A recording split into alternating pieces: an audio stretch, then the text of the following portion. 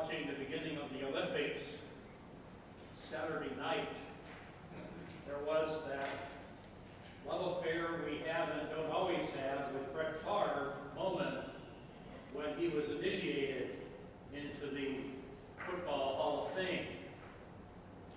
And if you're baseball fans, those Hall of Fame players were announced a couple of weeks ago. I looked for the Brewers in vain. But Ken Griffey Jr. is kind of somebody that everybody who loves baseball knows a little about. We're glad he made it. And Mike Piazza, I never heard of before, but I heard that he was a great baseball player. Maybe some of you have been in the Hall of Fame at your high school here in Beloit, or in the Badger Hall of Fame, or some other college Hall of Fame. Anybody willing to put their hand up to that? I see a couple. That's great. Hall of Fame means this one thing. For everybody who gets there and everybody who wins during the Olympics, it means that we recognize those men, women, youth, and children who were persistent in the skills they had, and they performed best in their respective sports. Well, according to the Hebrews lesson today, God has a Hall of Fame too. Now, they weren't athletes. They weren't on anybody else's list of Hall of Famers.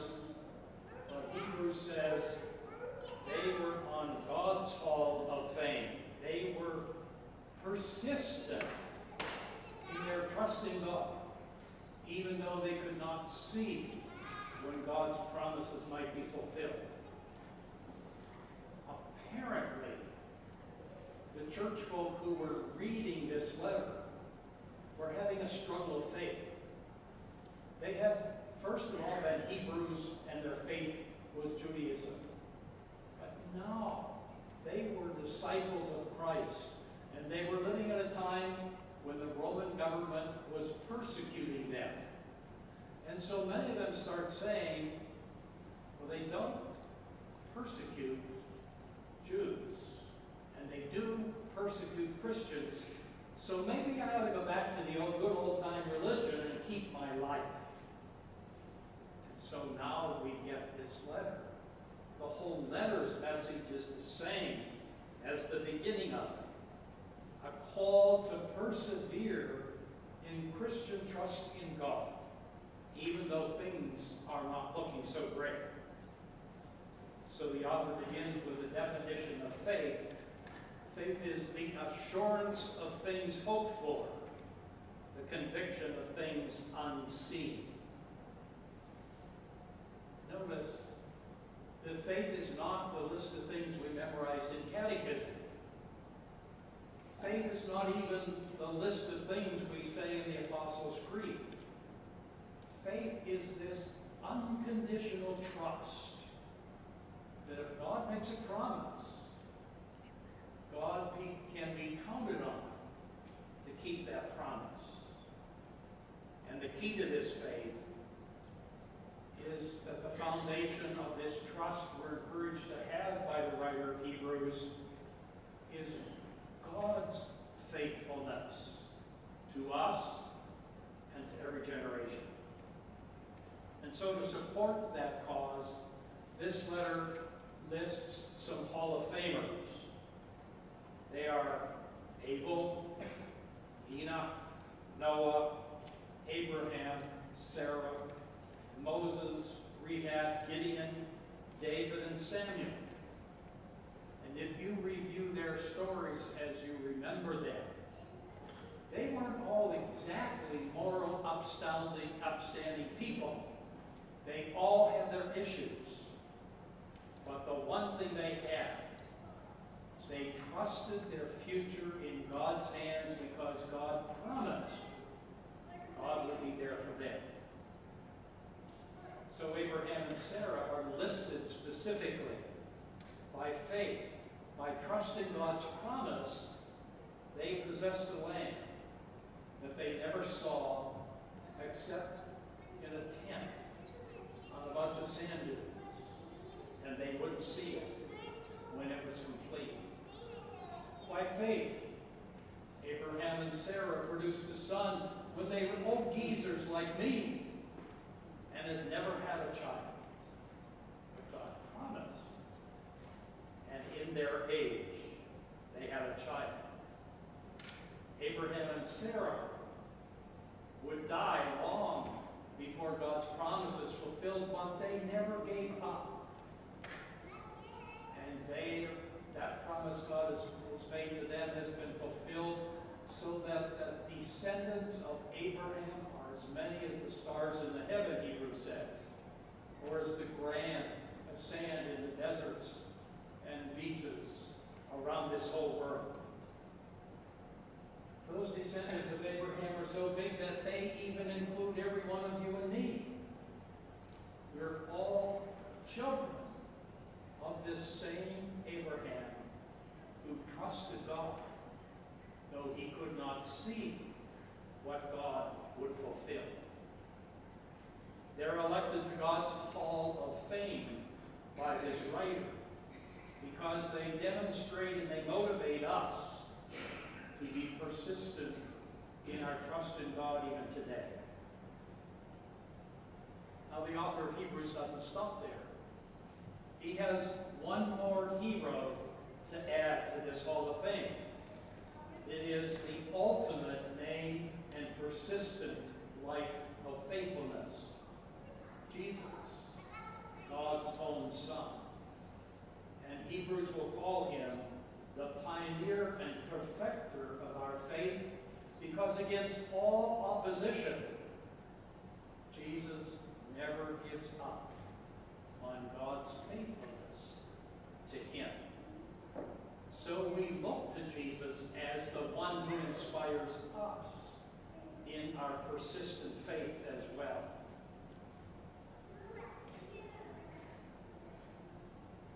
Harold woke up in a hospital bed, and he kept his eyes shut tight. He was afraid of what he would see. And when he opened his eyes, he saw the very thing that he feared. He had no hands. All he saw at the end of his arms were stumps covered in bandages. He'd been in an accident in military practice. As he looked at his arms, he began to feel sorry for himself, and he began to say, I don't have any reason to live anymore. Without hands, what can I do? I'll be a cripple. I'll be useless. And he sunk into a deep depression. In the midst of his depression, he had a visitor. The visitor was Charlie McGonigal. And the first thing Harold would notice about Charlie was he had no hands. Instead, he had those wire clips that would serve as his hands. And he sat down and he talked with Harold for a while, and he finally said to Harold, you know, the first and greatest obstacle you have to overcome is yourself. Your self-pity, your sense of hopelessness, your fear that there's nothing else. And then as he left, he said, oh, and there's one more thing. You are not a cripple. You are handicapped. You could live with that. Well, Russell began to refocus on how he was feeling and what he saw in his future. And as he became healed and useful and learned to use his new hands, he returned home, he married his childhood sweetheart, and he started a career that he never imagined, counseling wounded and handicapped veterans. Now, for almost everybody in this room, there was a movie in 1945 about Harold. It was called The Best Years of Our Lives. He never acted before, but he received an Academy Award for his role, and a second Academy Award he received because he had committed his life working with wounded veterans. He would continue that job, and 3 presidents would hire him to be on a committee whose task was to find and promote handicapped employment, especially for visitors. As he ended his life in 2002, he said, "It's not what you have lost, it's what you have left that counts." Now, Harold easily would have joined the Handicapped Hall of Fame, and in the spirit of Hebrews, I believe he's also a part of God's Faith Hall of Fame. In my own life, I have a long list of Hall of Famers, but at the top of them are these people at St. John Lutheran Church in Carnegie, Pennsylvania, where I grew up. The first one is Art. He was our 8th grade teacher. He had squirrely 8th grade boys sitting in 2 pews halfway back in the church. For all the noise, racket, and hassling we gave him, we remember this one thing he said: "The way you live out what you hear at church will decide whether you have been a practicing Christian or not." We didn't forget it. Well, Pastor Burry, who was near retirement, and we kind of looked at him as a dawdling old grandfather. But he had a relationship with every one of the youth in the congregation as well as the families. And he kept saying to me in very clear ways, whatever you're thinking about for a career, you need to think about being a pastor. There's Miss Cochran and Miss Rankin. They were public school teachers who also belonged to other churches. And they were the people who said to me in the public school, "You need to think about the ministry, Ron." I was bent on being an aeronautical engineer, and I didn't listen much to them. But they showed up at my ordination, and they both said, "See, we told you." There were 2 young pastors fresh out of seminary who came to neighboring congregations. And I said to my Lutheran League friends, "These guys aren't pastors, they're human." They were fun. But they had a passion for the gospel that they shared with us young people. And their passion and their humanness is what helped me forget about engineering and go to school to become a pastor. And finally, there was Jim, the Sunday school superintendent. This was his job in retirement, as he'd been a printer and he'd been on the Board of Education in the community.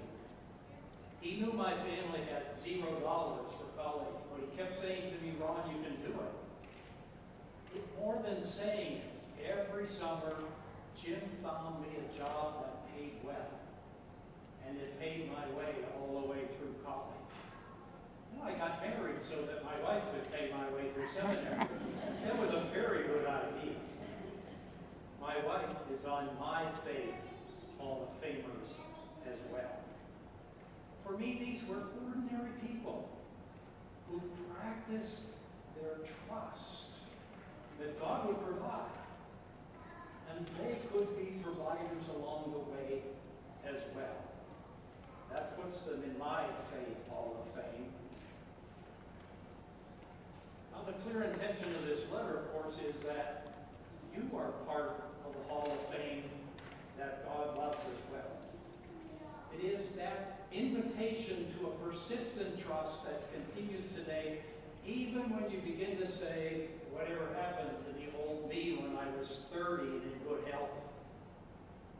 Even when you face those parts of aging that you never expected, here's an invitation to keep the faith. How do we keep the faith in our culture and even our country when there is so little respect for the promises of God? and where most people say, who cares about these things you can't see? Because what I want are the things I can touch and feel and get a hold of now.